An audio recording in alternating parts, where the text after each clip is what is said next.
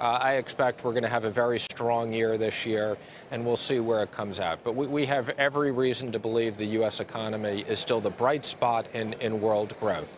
If we're going to have a very strong year, then why is the president suggesting that we need a half a percentage point rate cut from the Federal Reserve right now?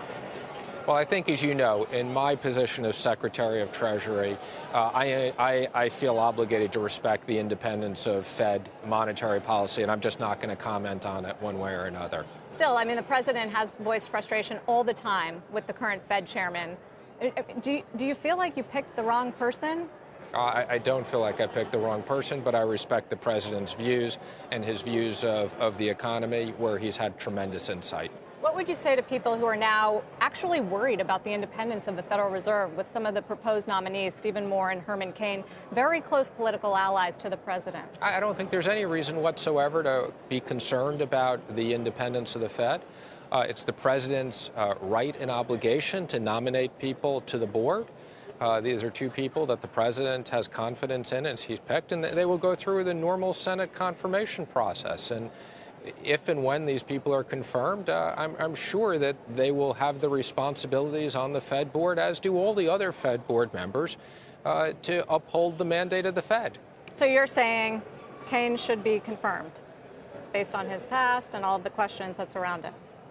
Again, I'm not going to make individual comments on individual people. I know Stephen Moore well. I don't know Cain very well, but I have every reason to believe the president supports him and feels strongly. So, yes, I would think he should be confirmed.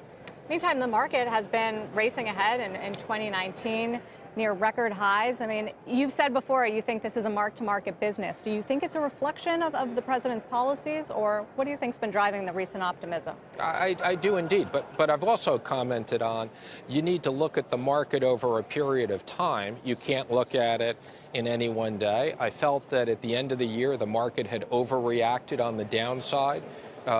In an extreme that didn't make sense, that the fundamentals were very strong, earnings were very strong. So I think the recovery, liquidity was good, as we know. That was a little controversial. Only very little. I would just comment. No, I don't think it was a mistake whatsoever. It's something that it's part of the job of the Secretary of the Treasury to make sure when there are market moves that there aren't surprises. But I think the market today reflects the long-term focus of the U.S. economy and has been a great place for U.S. investors. What do you think the inverted yield curve, which we're starting to see in key parts of the bond market, reflects? So on the one hand, I think markets are good long-term predictors. In the short term, markets always have corrections and everything else. So I am not at all concerned with the yield curve in predicting anything. Obviously, what the yield curve is predicting, it's the market's prediction of that they think interest rates are going to come down. So I think it's really just a function of where you see the market inverted. Now, some people will say that could be a prediction of a recession. I don't see it that way, and I would also say the market has never been a good predictor of recession. So I think it's the market's expectation that interest rates will be coming back down. Is it still your view and the administration's view that there is no recession in sight?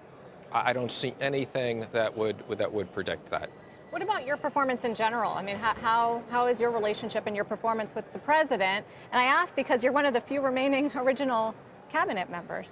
Well, that's not true. I'm one of the few remaining. First of all, as you know, many departures. I've known the president for a very long period of time. I campaigned with the president. I think one of the things that prepared me very well for this job was I traveled the entire country with the president. I understood why he was elected. We met with literally thousands and thousands of business people, small business, big business.